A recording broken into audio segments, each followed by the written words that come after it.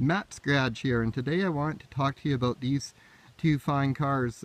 So the white one is a 1990 Lincoln Town Car base model, and the silver one is a 1991 Lincoln Town Car Cartier model. So there are some differences due to the different trim levels, but there's a lot of differences just between the 1990 and the 1991 Lincoln Town Car anyways. And so I wanted to show you those differences that have nothing to do with the trim level, but they're just differences between the 2 years. So the first main difference would be under the hood. So pop and pop. Okay, so now we can see there's quite a clear difference here. Here we have the 5-liter EFI V8 that Ford has been using since the 60s. Really good engines in my opinion, and I like how they fit in this engine bay with lots of room to work around them. This one's especially roomy because I opted to remove my factory air conditioning as it was no longer working. So here we are on the 91. 1 year later they've replaced this engine with the modern single overhead cam 4.6 liter, which was a brand new engine, the first of the modular engine design or series, however you want to say it, and this was the first vehicle that Ford actually ever used that engine in, was the 91 Town Car. So they had originally intended, I believe, to put this engine in the 1990 model, but they just didn't have it ready and engineered in time. And you can see there's a lot of differences because all the accessories sit back farther on the 4.6, and that's why you see it has a longer fan shroud and whatnot. It's just a shorter engine, but it's also a lot wider engine, and that's what I don't like about it. Because of how wide it is, your manifolds and stuff are way cramped down there, and back here it's very cramped, and doing EGR service or cleaning or whatever on that is a pain in the butt. I've had to do that a couple times.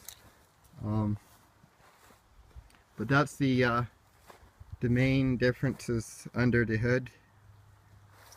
And then I'll just move along to the body here. The main difference on the body is this chrome trim. It's actually stainless steel, polished stainless steel, but it looks like chrome.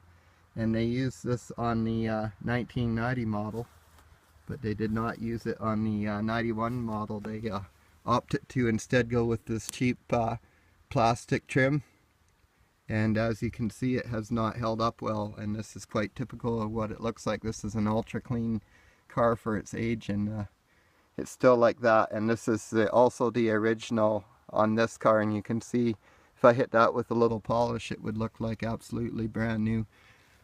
Holds up a lot better, but I'm sure it costs them a lot more to do because they also put it all the way down the sides of it, and you can see they've just put this cheaper plastic stuff down the sides of the 91.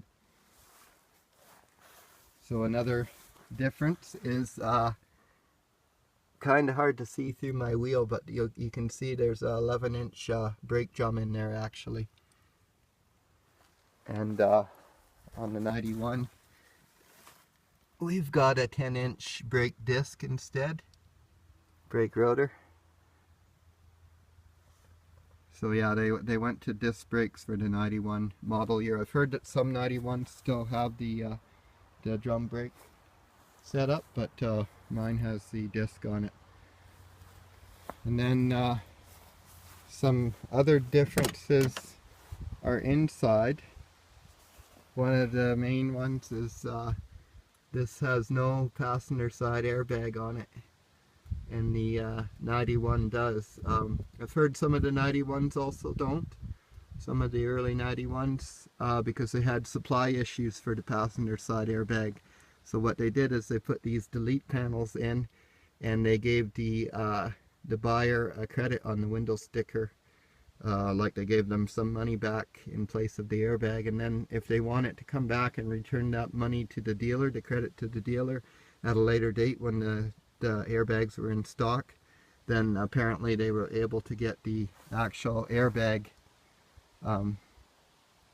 put in. So it does have a driver's side airbag. Also ABS was optional, and this car is optioned with that. This one, since it's just a base model, it doesn't have the premium sound. If it did, it would have a little badge there that said JBL audio or whatever. But that was still an option, I believe, on the base to have the premium sound system. This car is just called a Lincoln Town Car base in 90. There's another difference. In 91, this car would be called an executive series. They didn't have a base in 91, or rather they did, but they call it the executive series rather than just a base model town car. So there's another difference. One other thing is these panels here and the faux wood paneling on the dashboard. It's darker wood. I'll show you here in the 91 so you can get a comparative. And I think the darker looks a lot better. Of course, I also like the darker interior personally. This is a Cartier model, so it has the optional leather seats with velour inserts, which was a no-charge option over full leather that a lot of Canadians chose because it's a lot nicer on an extremely cold day to be sitting on the velour. In fact, I prefer the velour interiors personally. But yeah, these seats were only available in the Cartier model, and they're actually 8-way power seats with they've got a air inflator in the backrest for the adjustable lumbar support as well. And something else that the Cartier had that might surprise you in 1991 is seat memory. So that was available in 92. That's not a difference. That's just something cool I was pointing out about the car. And one other thing about the seat, they used a special foam padding on the top of the seat for the Cartier model, and so has an additional 1.5 inches of this soft foam on it. So the seat's a lot cushier in the Cartier model. Also something I'm not really a fan of. I actually like the bit firmer seat in the base model cars. Something both cars have is the auto dimming headlight feature. That was another thing that was available on all the cars. All these from 90 to 97, and this one's also got the auto dimming mirror, but my other one doesn't. And then it's got the automatic climate control. Both cars have that too. One other minor difference I'd noticed is that for some reason on this panel, on my 90, it has a screw there. It doesn't on the passenger side, oddly enough, but just on the driver's side. And my 91 does not. Now I'm not sure if that was just some oddball thing they did early production or something like that. I have no idea about that, but see there, it's got the auto dimming headlights. It's also got automatic headlights, so they automatically go on and off as needed. I've also noted that these door lock pulls on the back doors of the 90 are different. I'll just go around and show you one on the 91 quickly. So we got the more typical rounded ones over here, but you can see it's got that flat spot to grip on the 90. I should also mention that the 90 Town Car was the Motor Trend Car of the Year in 1990. These cars were kind of a epic achievement for Ford at the time. They were a complete redesign that started in 1985, and it was released in 1989 for the 1990 model year.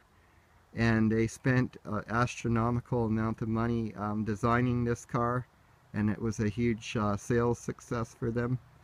And just they're generally really good cars and still very sought after today, even for that reason. That's why I have 3 of them. Another small difference I've noticed, and sorry about the fact my car is so dirty for this, but it is my beater car, so I don't wash it very much. So this is actually one piece with the bumper just under bumper black part on the 1990 But when we go over to the 91, you can see that it's actually a separate panel.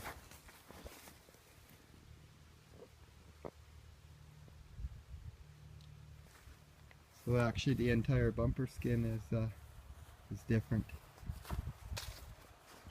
Okay, so to conclude this video, I just wanted to basically say I love both of these cars. I love this era of Lincoln, and I think they're both great cars. I do think that the 90 model was kind of the crown jewel of this era of Lincoln, because it had the extra fancy chrome trim on it and whatnot. It just added a level of class that I really wish they had stuck out with that trim. I know it probably cost them a bit more, but really it's such an improvement and it holds up a lot better.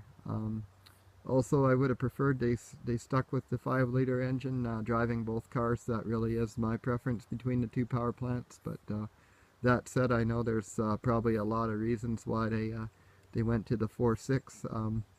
I know with different emission regulations and even just the way those older engines are made, with the extra thick cast iron blocks and whatnot, they weigh a lot, and they're just not as cost effective to produce and whatnot. So that would explain to me why they did go with the 4.6 liter, but regardless, I really do prefer the old school technology with the 5 liter there personally.